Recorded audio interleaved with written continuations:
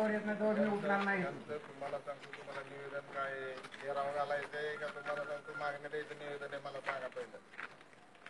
काय मागणी आम्ही विनंतीपूर्वक केलेली आहे. मला बाकी तू कोण मला सांगणार आहे?